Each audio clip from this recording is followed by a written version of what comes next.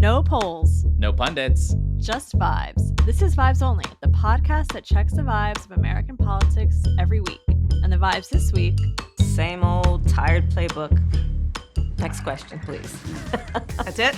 That's it. We'll break down that much-hyped CNN interview with Harris and Walz. Then we'll talk about Trump's decision to lean into his base instincts on social media, now more than ever.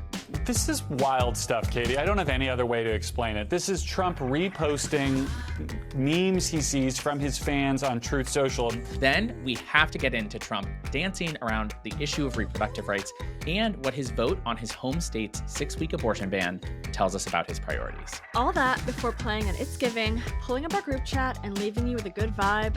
Goodbye. Let's get into it. Glennis. Brian. It is the final sprint to the finish. I know. How are you feeling? I'm feeling like my body is tense knowing it's the final sprint. But I saw someone posted on Instagram the other day. They were like, I woke up and I feel like something's changed. I'm like, yeah, we're in the final stretch. That's what's changed. 100%. You're not going to sleep. What does Tim Walz say? You'll sleep when you're dead. Exactly.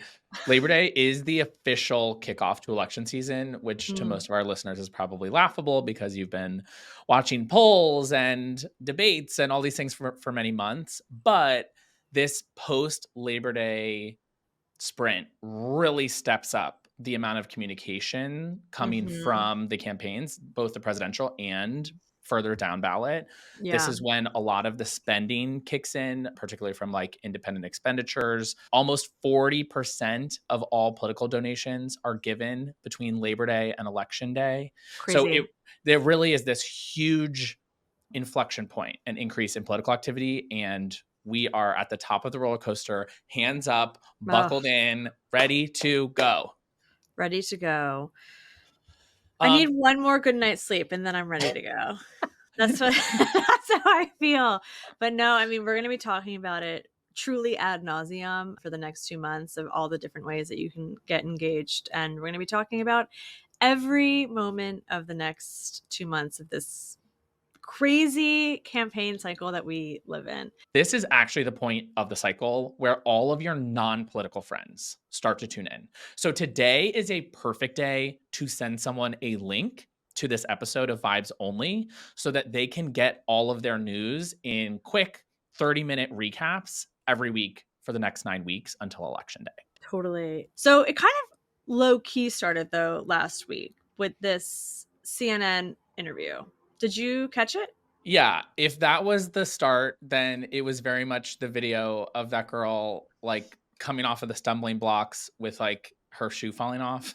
Because the CNN interview was so overhyped, and I think they did a great job, but it was just kind of like a flop in that it just didn't have the sort of effect that the media I think wanted it to, or tried to make it out to be this like super important thing, when in the age of digital communication, like we get to see and hear from the candidates all the time.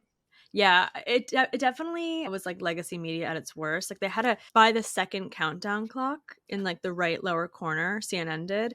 And it was the same way with the Trump Biden debate, how they set it up like it was WWE or some massive like pay-per-view fight. And it was just not that. Our friend Keith Edwards, Democratic strategist, friend of the pod, he kind of said it best when it wrapped. He said, okay, so Kamala Timmer asked about a phone call from Biden, a picture of her niece, Gus crying, Kamala's quote blackness, and he said, why the F was the interview so important? This is all a bunch of nothing. What a disgrace. Now, I wouldn't go that far, but I understand where Keith is coming from, because we were sold on a meaty, policy focused interview. We didn't get that. Yeah, it had above average ratings for CNN. It was like one of their best primetime nights of the last several months, but it doesn't hold a candle to how many people watched the convention, how many people watched the last debate, how many people are going to watch the September 10th debate. Yeah. And so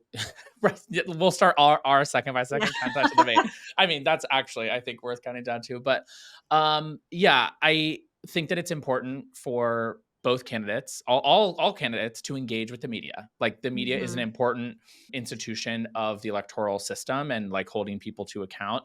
I just think that hanging all of your hopes and dreams on one CNN interview is probably not going to deliver what you think it is, you know? Yeah, and thank God more people watch the DNC, because Harris definitely anchored herself much more in her policy proposals and the opportunity economy, et cetera. And she did touch on that in the interview. But yeah, it didn't feel meaty enough for a true kind of persuasion. Let's talk about what they did talk about. I think by far the most viral clip. Dana asks her a question about Trump's comments at the National Association of Black Journalists, which we have discussed on the pod before, when he accused Kamala of like, quote, turning black, and that she like suddenly turned into a black person. And I thought that Kamala's response was chef's kiss. What I want to ask you about is what he said last month. He suggested that you happened to turn black recently for political purposes, questioning a core part of your identity. Yeah. Any Same old tired playbook. Next question, please.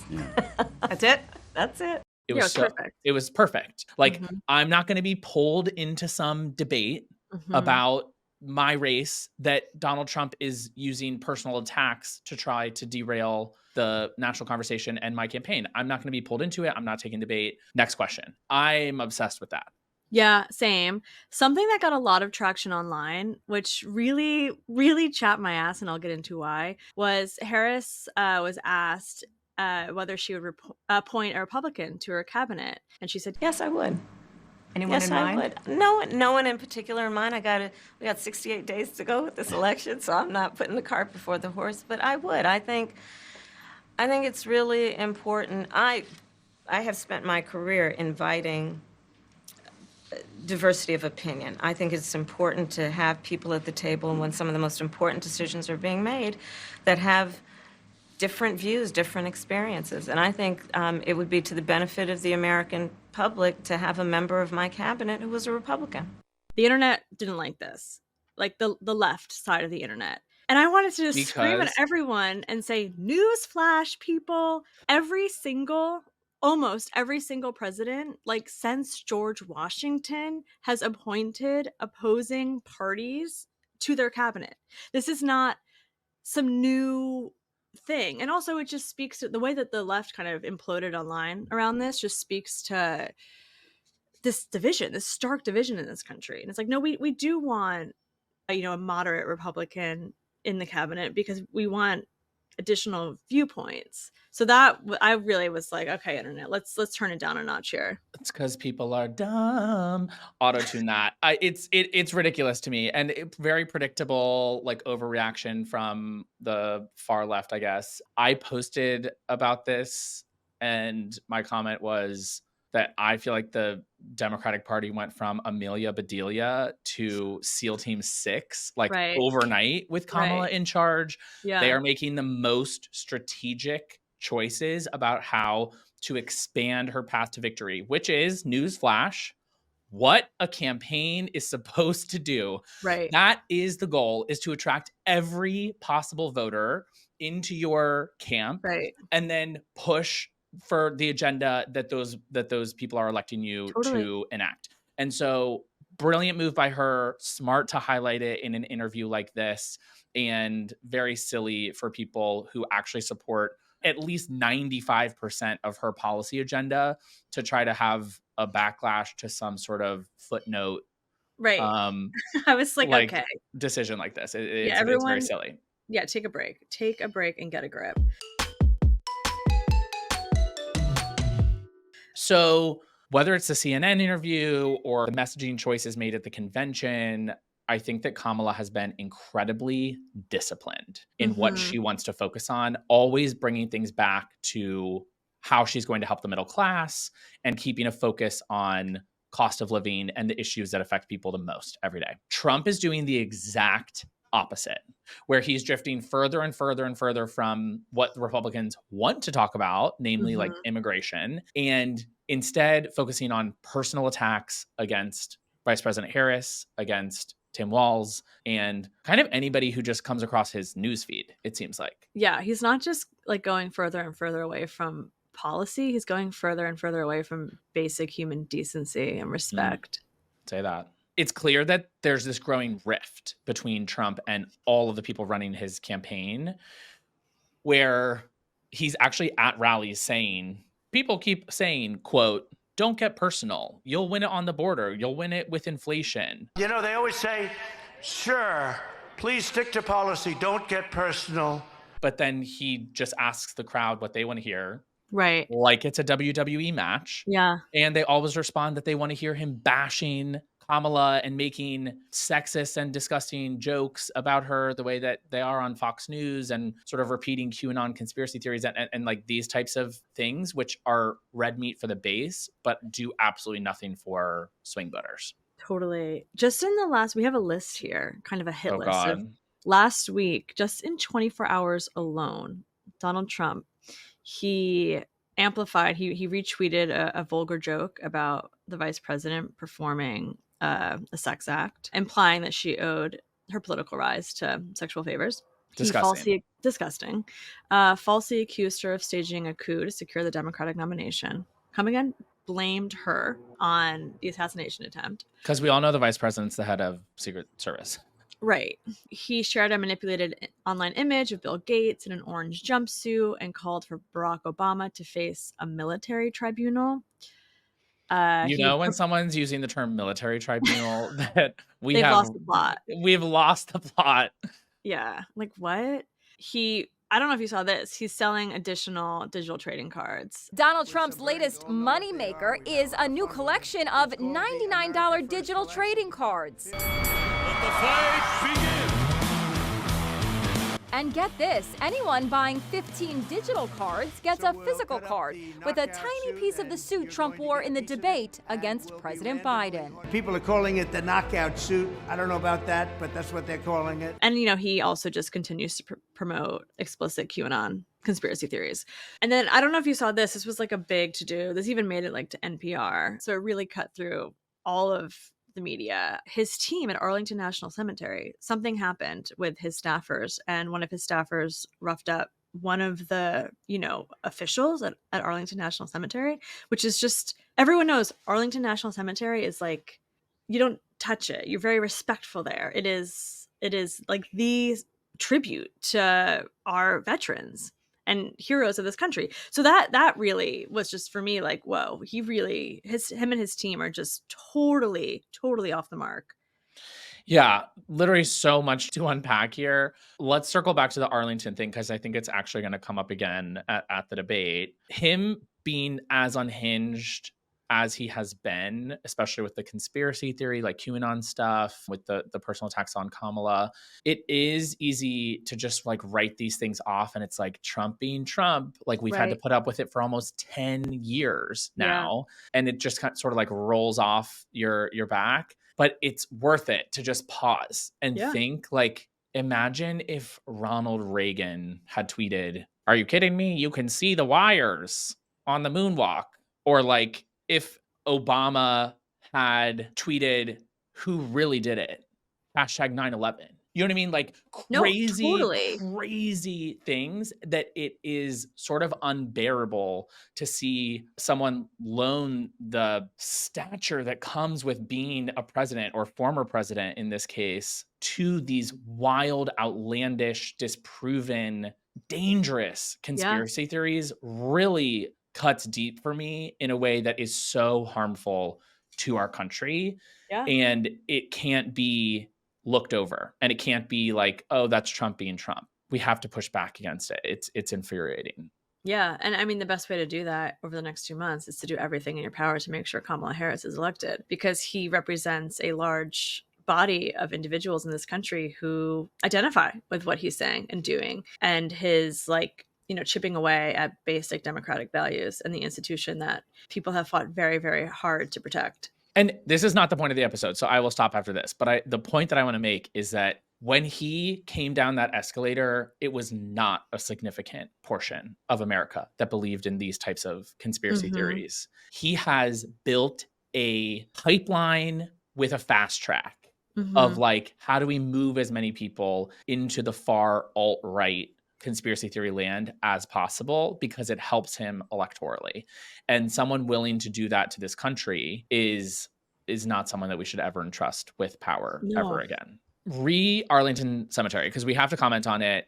It's literally a law that you cannot campaign at Arlington, that it is illegal to shoot any type of campaign ad or do anything partisan at Arlington National Cemetery. So when Trump decided that he wanted to do an event there, they were explicit with him that he could not record for his campaign and that he could not create campaign-related content while he was there. And of course, they just ran roughshod over the whole thing, brought a photographer who was denied entry, and then, as you already said, like physically pushed aside an Arlington Cemetery employee in order to gain access, shoot a essentially ad, and then put it up on TikTok.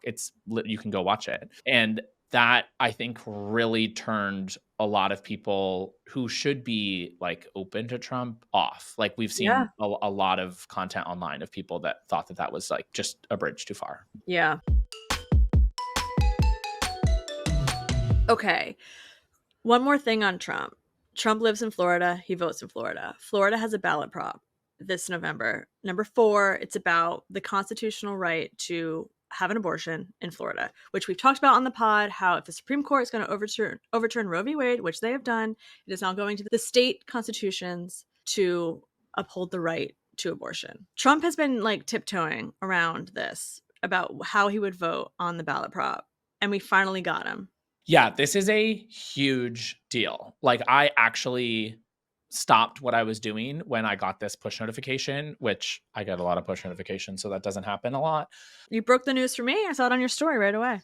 Yeah, this was something that we've been waiting for from him for many, many months. He's been asked by reporters dozens of times how he would vote on the Florida ballot measure, because the current law in Florida is a 6-week ban. So you have 2 options.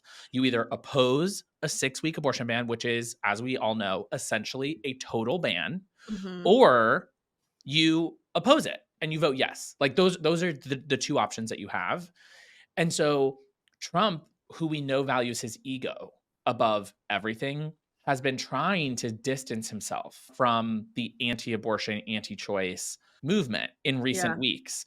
And his campaign has literally been like pulling him back because these anti-abortion extremists are losing their minds over it, right? Because like they kind of thought that he was their guy, and he needs them. He cannot win in November without that vote. Yeah. And so what we have now is solid, concrete proof that Trump will do whatever the anti-abortion extremists want him to do. And we all know that what they really want is a national ban. So to me, this news is huge because it impacts Florida, yes. But what it really showed was that there is a very clear path to him enacting a national abortion ban. Totally. And he just walked us through the steps of how that would happen. Right. And then as soon as he was on the record saying that, he then got asked by abortion opponents, like, wait a minute, what are you talking about? Like, we thought you were with us. And then he said, because he's so delusional and doesn't have any concrete fact, bone in his body, said, I am going to be voting that we need more than 6 weeks. That's not how voting works. You can't like qualify your vote with a yay or a nay, but with this one little amendment to the vote. It's a circle. You circle it in or you put it into a machine. What is he talking about? I don't know if you saw this also, but he said that he is now going to have the government pay for IVF treatments. I'm announcing today in a major statement that under the Trump administration, your government will pay for, or your insurance company will be mandated to pay for, all costs associated with IVF treatment, fertilization for women. Yeah, it's a classic spaghetti at the wall scenario. Because he really does. He sees how damaging this issue is for his electoral prospects. And as we know, he has no principles. He has no personal values to which he's trying to hold true. He just wants to attain power. And he sees the popular path as abandoning what the far right wants, which is like these bans and bans on IVF and birth control and all these kinds of things. And he's like, oh, but then I'm going to lose. But he also can't win without those people because that's who he has now sort of gone all in for the last 8 years is this far right contingent. Politico did run a piece last week of an anti-abortion activist named Lila Rose and how she isn't voting for Trump because, quote, he's alienating his base. And so I think that it is an actual electoral problem for him that he can't break away from the far right because he can't win without them. And he knows that their positions on abortion and reproductive rights are so unpopular that it's one of his biggest electoral vulnerabilities at the same time. Yeah. And it shows because he's flailing. Period. It's giving. So as we've talked about on the pod before, one of the most consequential things that the next president will do is actually tax policy. There are a bunch of tax laws that are set to expire next year, and the next president will decide who gets tax breaks moving forward, the super rich or the middle class. Yeah. And so we got our boy Joseph Gordon-Levitt to weigh in on how this affects him. So Donald Trump wants to give me $70,000 in tax cuts per year. And by the way, he doesn't want to give that to everybody, but I just read that's the average tax break for the top 1% if Donald Trump is elected president, $70,000. And you might say, well, he's going to give tax breaks to everybody, but not really, because of all the tax cuts, of all that money, nearly half of it is going to go to just the top 5% of people. Now, do I need an extra $70,000? Honestly, no. My family and I are doing fine. Do I deserve an extra $70,000? I don't think so. It doesn't feel right to me, especially when he's also talking about cutting programs that help most people in our country. If you want to talk about who's going to really help most Americans, it's Kamala. Trump's going to help the same people he always tries to help, the wealthy. Himself, he was born a wealthy guy. And look, I completely respect needing to vote for the candidate that's going to make it easier for your family. But Donald Trump isn't that candidate. Donald Trump's trying to give me $70,000. So, Mr. Trump, thank you, but no thanks. It's giving math, algebra, calculus. Yeah. Like, I'm obsessed. Anybody can do that math. That is so straightforward and simple. Do you think that Joseph Gordon-Levitt should have $70,000 more dollars per year of your money? No. He's good. He's in syndication, baby. It's Inception for me. Inception. Yeah, 100%. That's like his thing. Wait, did you also see the internet imploded about Kamala Harris introducing an unrealized cap gains tax? Ooh. And everyone's like, don't come for my unrealized cap gains. I won't even get into like what an unrealized cap gains tax is. It's basically on unrealized, equity or wealth, like taxing Elon Musk on his, X amount of ownership of Tesla, whatever. Beyond all that, the threshold for that tax to even kick in is that you have a net worth of $100 million. Yeah. I have had that sent to me a bunch of times. There was a Facebook post going viral that talked about your mom's home ownership or like her property being an unrealized capital gain, and that they were going to have to start paying taxes on the increased value of their house, which is the opposite of how the policy works. It makes no sense, completely divorced from the reality of the policy proposal, which, as you said, only applies to people worth over $100 million. Yeah, I think that I'm worth that much money. I'm okay. The more we can make this election about everyday people versus the billionaires who are only looking out for themselves and trying to get more billions, the better off Kamala's going to be, because the policies, the facts all point to her helping the economy and driving an expansion of the middle class and tax cuts for people making less than $400,000. And everything about Trump's policies point to trillions of dollars of giveaways to the absolute wealthiest individuals and corporations in the country. So good on Joseph Gordon-Levitt. Absolutely love this kind of messaging. and we need to see more of it. Trump has invented essentially a new writing style or speech style. We know that he doesn't actually use complete sentences really ever and just speaks out of his ass.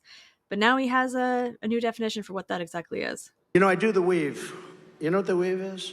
I'll talk about like 9 different things and they all come back brilliantly together. And it's like, and friends of mine that are like English professors, they say, it's the most brilliant thing I've ever seen. But the fake news, you know what they say? He rambled. That's not rambling. When you have, what you do is you get off a subject to mention another little tidbit, then you get back onto the subject, and you go through this, and you do it for 2 hours, and you don't even mispronounce one word. It's giving Catholic to Jehovah. My father gets a job at the Palm Restaurant. My Uncle Junior works there, who was a Jehovah's Witness, believe it or not. He went from Catholic to Jehovah. So basically, my grandmother wanted us all to switch from Catholic to Jehovah. You know, meanwhile, we're from Harlem. My father's doing coke. You know, my mother thinks she's Aunt Margaret. She's teasing the hair with a bottle of vodka. You know, so dysfunctional, cross-addicted family, still cooking pasta on Sundays. And the meatballs, they wind up being burnt. Like, you know, it just got so dysfunctional. It got pretty bad. 100%. That's Trump all the time. And it's like your friend who cannot finish a story, literally cannot, and now is trying to claim that that's like a sign of intelligence or something. That's what he's exactly trying to claim. He's trying to claim that he has no like tangible thought process, but in fact, he's invented a new style of argumentative thought. It's giving like when everyone around you is on your payroll. And so you just like have no idea how you actually present in the world because you live in a bubble. That's Trump to a T. It's giving. Well, I did have a group chat moment spill out into my socials. Oh yeah, I voted. What'd you vote? Well, let me set it up. Okay. I was chatting in one of my group chats about the appropriate amount of time to use gym equipment that is like limited. Weight gym equipment, like cardio machines. It's like not cardio. 30 minutes to totally an hour, different. How busy? Yeah, 100%. No, I mean like if there's only one of something in your gym, like a specific type of machine, like what's the appropriate amount of time to use it while still being considerate? And it's sparked some fierce debate in the group chat and then in my DMs. What do you think? I mean, the real answer is, of course, just letting people work in. Like, if you're going to be there for a long time, you should just like let someone alternate. But if you take that aside and say that you're going to be like a machine hog, I think in like the 10 to 15 minute range. 15 is pushing it. I'm like, how many sets are you doing? And it's also like, if you're going to be on that machine for 15 minutes, I don't want to see your phone in your hand texting for 1 minute of that. Okay, I'm very guilty of that, but I am always on a timer. All of my rests in between sets are timed. So I'm texting and like reading the news and stuff, but like for 90 seconds at a time, and it's time. And I stop when my timer goes off. Yeah. But I'm sure people think that I'm a dick. Yeah, for sure. Oh my God, drag me. What's been going on in your group chat? Here's something I think this is like the best show on television. Do you watch it? It's called Industry. What is that? 3rd season, HBO. It was a sleeper hit, I would say, because it used to have like a Friday night slot, and now they're on the Sunday 10 p.m. coveted HBO Max, whatever it's called, slot. It's very, very good. I love it. So if any Vibes Only listeners are in the Industry hive, DM me. Okay. I have seen it on my HBO. I'm mostly just biding my time until the new Dune series comes out, because that's... Are you a Dune head? I didn't realize that. I'm absolutely a Dune head. I'm reading a new book, Long Island Compromise. It's super good. People should read it. I'm trying this election season to like purposely like create time where I'm not on my phone or on a screen of any sort, and I have to read again to do that. And not even the New Yorker. I can't read the New Yorker because that's even too in the weeds. I need a book, baby. And some people suggested Long Island Compromise. I picked it up this weekend. It's great. Absolutely. And you know, I texted you. I'm friends with Taffy, the author. Yes. And she's a superstar. She also wrote Fleischman's in Trouble. Yes. My friend who has read that book as well said this one is markedly better. And considering Fleischman's in Trouble became a TV show, that's saying something. Absolutely. I did have someone write in to us after the episode last week, and it was a Zennial, someone who's like cusp Gen X millennial. And they were like, please continue to explain the younger Gen Z phrases. They loved that we had explained girl rot on the last episode with Deja. And they said, some pods don't explain a phrase, modern or otherwise. It can be a turnoff and make me opt to listen to more mainstream pods like NPR, which I still love, listen, and support. So yeah, we are here to explain the Gen Z isms. Maybe we'll bring more in to future episodes and help people understand the internet. I don't know if I know anymore, to be honest. But you definitely do. I will say I was like almost code switching at the DNC because we were hanging out with so many 20-somethings, like young content creators. I was like, yeah, that's so mid. That's so Someone mid. said to me, actually, I was at this like offsite right before the DNC, and someone asked a question, and there was a college student there actually who works part-time for this organization. She's amazing, and it's like doing way more than I ever did as a junior in college. And I asked her a question, and she was like, dead ass. And I was like, dead ass? Like, because dead ass means like kind of like seriously, like yes, seriously, yeah. It's like an and emphasis. I was like, okay, like I'm not joking. It doesn't really fit into my vernacular. I say that all the time. Dead ass? Dead ass, absolutely. Oh, I don't. Oh, for sure. I say, I don't know. I don't even know what I say. You say Sabrina period. I say period a lot. Period. Yeah, period. That's millennial. Totally. I don't think Gen Z says that. No. Wait, and I didn't even define it right after saying that. So mid is something that's like middle, like not great, not terrible, but something's like mid. It was like meh. I would say like meh. But I definitely started saying mid at the convention in front of these little babies. Gen Z uses the word Ohio as an adjective. To mean what? Meaning something's like boring. Oh. Which, as someone from Ohio, I both am offended and agree with. Yeah. What else? I don't know. We have to ask a Gen Z. Can people DM us? Yeah, send us. Actually, that's a great one. So please do send us your favorite Gen Z phrases or Gen Z phrases that you've heard that you literally don't understand what they mean. And we will break them down in our group chat next week. It's giving. Should we send them off with a good vibe? Yeah. This week was Labor Day, and I have absolutely loved seeing how central labor has been to the Harris-Walz campaign. They have made it a focal point. There were multiple labor union presidents at the convention who spoke, and they have continually returned their talking points and policy proposals to how are they going to help the middle class. And so that was out in full force on Monday. Everywhere I go, I tell people, look, you may not be a union member. You better thank a union member for the 5-day work week. You better thank a union member for sick leave. You better thank a union member for paid leave. You better thank a union member for vacation time.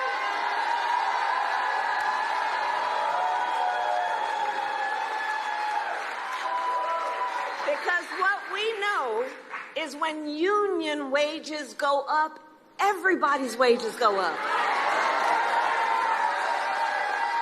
When union workplaces are safer, every workplace is safer. When unions are strong, America is strong.